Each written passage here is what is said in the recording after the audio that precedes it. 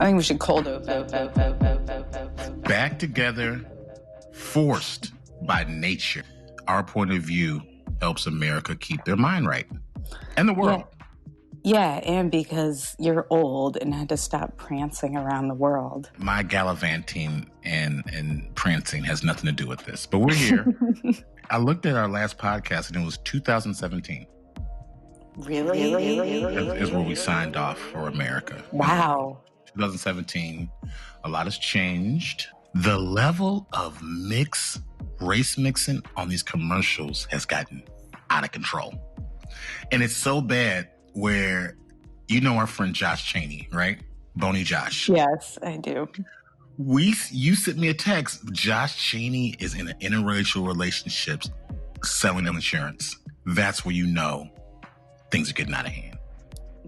Well, that's a great segue to us beginning our show. Because you tried to deny earlier that you're a Nazi. And you just called the race mixing out of control. This race mixing is out of control. Let's talk about the virus and what we're all doing right now. Yeah, we're in the house, and through technology, we're able to do podcasts coast to coast. I'm in Seattle, Washington. Molly's in Portland, Maine. We're doing this podcast together. And in the notes for the podcast, Molly says, thin the herd. Brian is ready for people to die. Molly is not. That's a topic of our show. All caps die. To die. That's because when we called to discuss relaunching this a few days ago, I was raging about what the choices our government has made, our federal government, that has harmed a lot of people and will kill a lot of people, and was expressing rage and sorrow about that. And Brian's just like, I'm ready to thin the herd. Well, no, what I said was, I was like, this is just, I actually was a little bit more philosophical, if you really listen to what I said. I guess I wasn't. You weren't. I said, this is Mother Nature's way of thinning the herd. This is Mother Nature's way of putting people in timeout. Remember when China went on lockdown and then they showed a satellite image of China's ozone layer. It's like, God damn, can I breathe, motherfucker? That's what the Earth is telling me. Slow down. That's what I'm saying. You're like an eco-fascist? The Earth, we're the virus. We're the virus. Yes. No, and I feel just for the level and the pace that a lot of Americans were going through, we needed to sit our ass down. We were doing too much.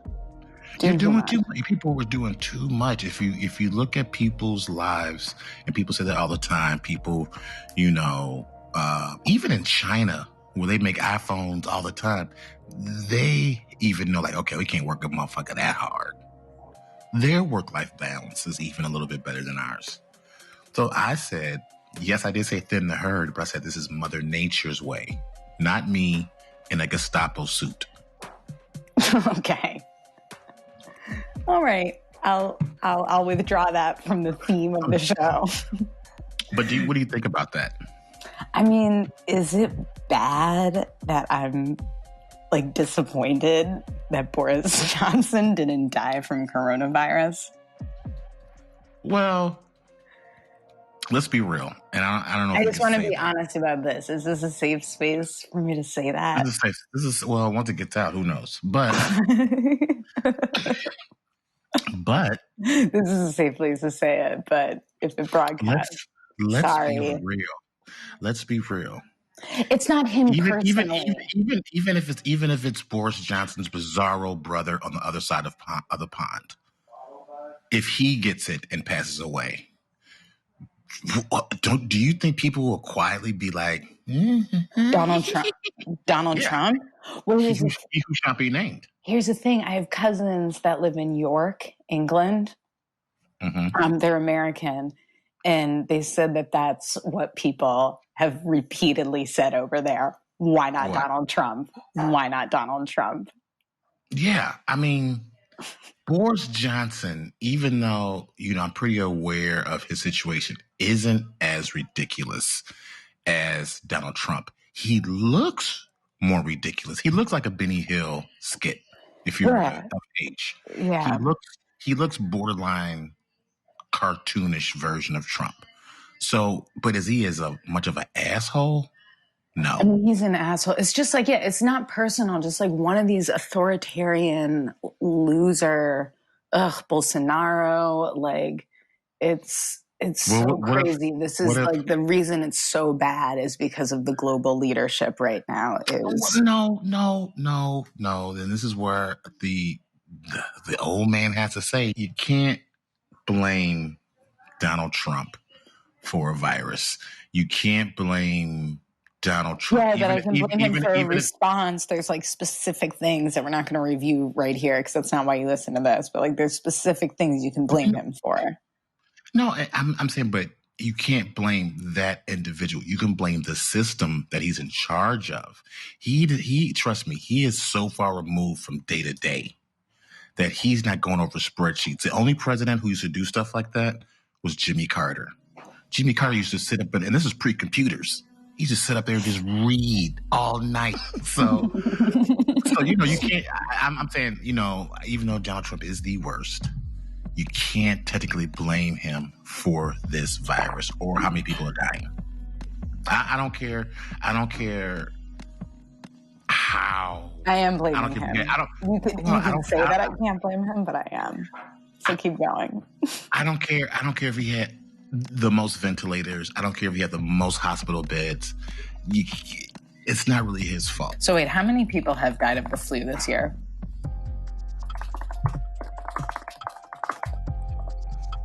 The old-fashioned flu? Yeah.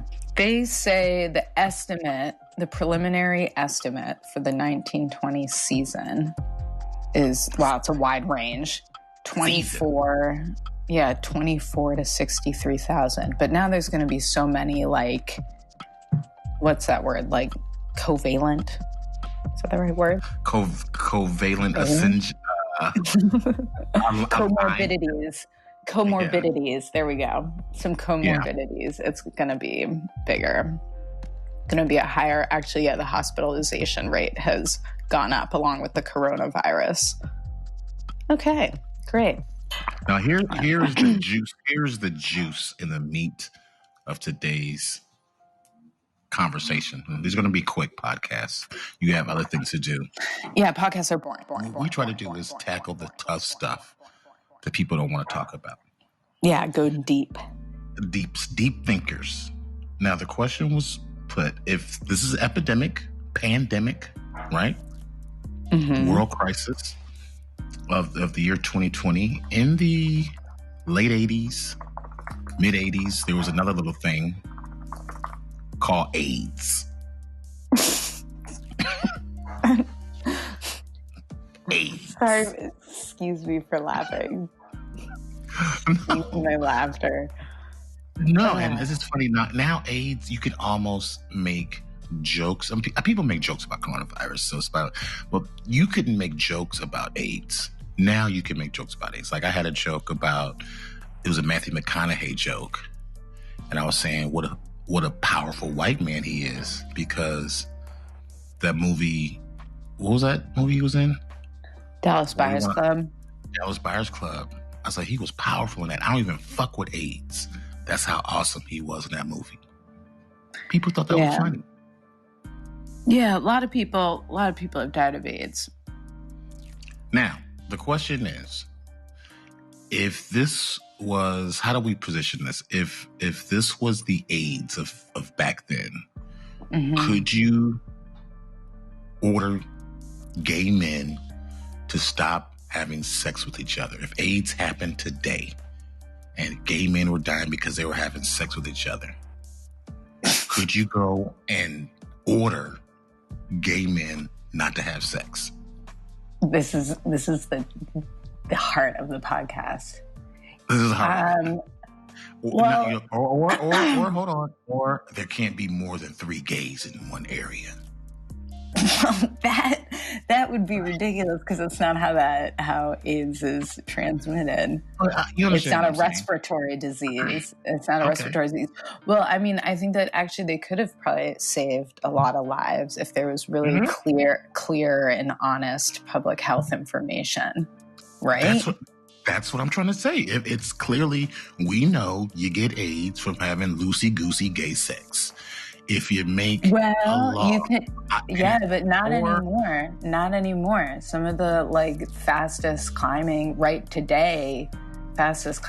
of AIDS are for women. And Molly, I'm talking about back then when it was Loosey-goosey gay sex. Reel it in, Brian. Speaking of loosey-goosey, get loosey-goosey on your podcast. No, that was the most family friendly way to say wild sex. You say loosey goosey, it makes it more fun. Yeah, it's like because look at it now. Now there's public anti-STD ads. People acknowledge that, and and 60,000 people died of AIDS at the height of it, in the late 80s, just in 3 years. And that's it. That's it? That's a lot. It was 13,000 1 year, 16,000. It went up to 40,000 people a year were dying in the mid-90s. Oh, boy. Well, sorry. I take that back.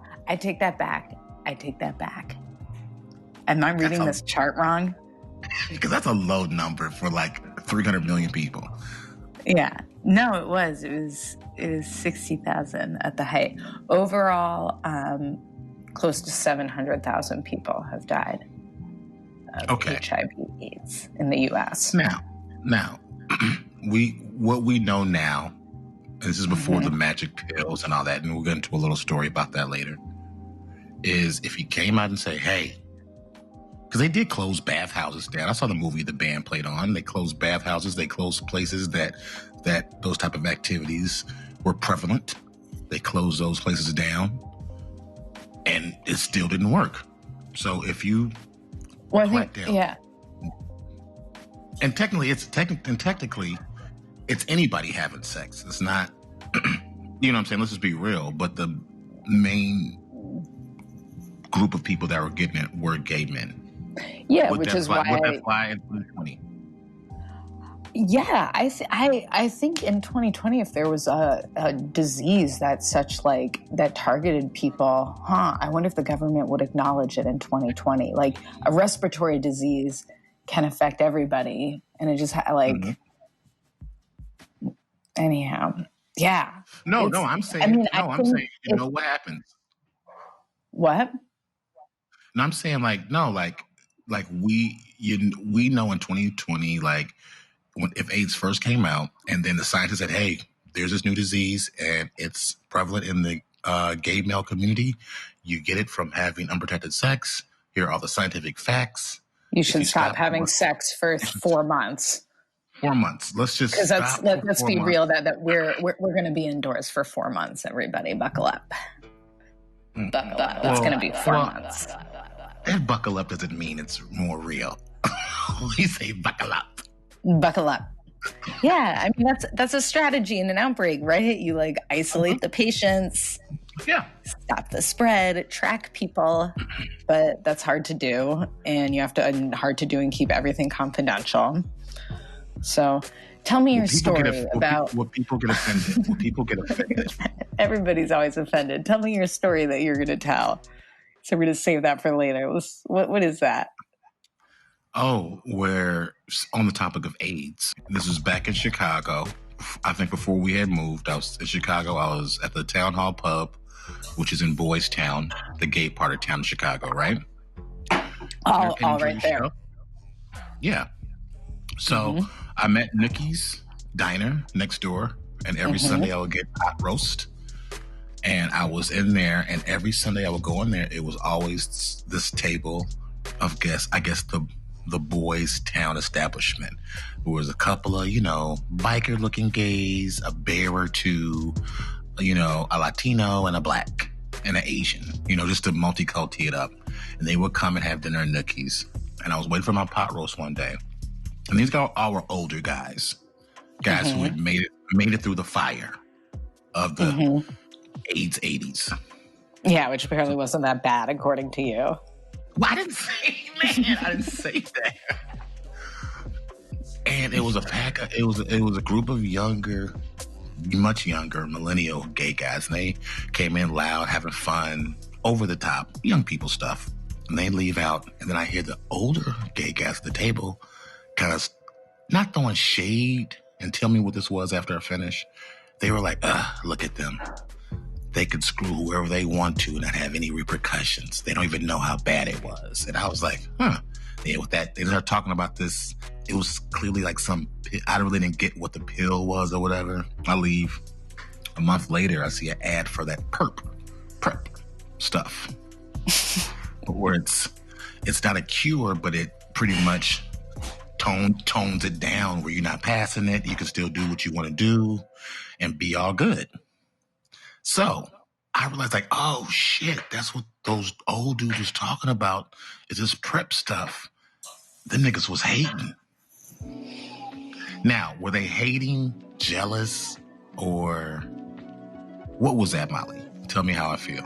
Well, it sounds like you're on to something. I was, and honestly, I was eavesdropping like I was in downtown. I mean, I'm not an older gay man, so I can't tell you what they were feeling. We should have interviewed them. That would have been hard hitting. Too bad you weren't Ira Glass and whipped out your microphone right there. So, your feelings, tell me. Chapter 1, you didn't get it. Chapter 2, jealousy. I don't know. Yeah, I mean, I've heard people talk about that before. I've heard people talk about that before. I mean, me as a social scientist. Yeah, I mean, we're social scientists. We have Dr. Babylon. You might as well just go by Dr. Babylon by now. I felt those guys were like not jealous, but you know what I'm saying. It was a mixed bag of emotions. Mm-hmm. It was sort of like. But at least they waited until those younger men left the restaurant and didn't hate to their faces and spoil their fun. They were too far apart.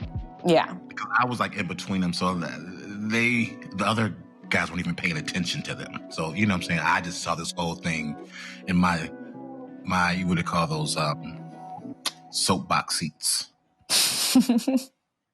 The soapbox seats? The booth? Yeah, the booth. I was just watching. I was up there just watching, clutching my pearls like, oh, what am I witnessing? Let's wrap this show up. Big date next week. What is the date? April 15th. Ooh. You're gonna want to guess? It's the 1 year anniversary. 1 year anniversary. It happened 1 year ago. Oh God. I don't know. You just want me to tell you? Yeah. So Notre Dame burned down. Who? Notre Dame burned down. The Our Lady French church. Yeah. That was only a year ago. It feels like that was 3 years ago. That was only 1 year ago. It was 1 year ago. I mean, and I love how you brought that up because I still have people that I look sideways who posted shit about that funky church. Wasn't there like a Facebook frame that you could put on or something? Like, I'm thinking about France right now. Do you know how many black people put that? And you're gonna end the show hating on black people again? It's oh my God. And what I was loving was black people can love France? What? No, they can't. No, you can't. They're the worst. Because I was loving how all my Haitian people were clowning all the other people who were doing that. Mm. It was like, thank you. Oh, so I'm not crazy. I'm not. Okay. It's like, come on. First of all, a Catholic French church? Are you kidding me? Is there anything other than like a Catholic cathedral? I mean, for how many, you know what I'm saying? And I get so mad. And the thing was, I was getting so mad where people will be posting all that Frenchy flag shit, but never any tragedies in South America or Africa where shit's going down. You worry about some Frenchy church. Yeah, I was unconcerned that day. Well, this is our first podcast. We're going to do it again in a day or so. We're back, getting our legs under us. Thanks to our friends at Zencastr for putting this together. Of course, always. A big shout out to our friends at PAX. And I'm smoking my PAX Era right now. Check out PAX Era for smooth vapor weed experience. That's PAX Era. I'm Brian Babylon. And I'm Molly Adams. We'll talk to you guys soon. Actually, tomorrow. Bye. Tomorrow. Bye.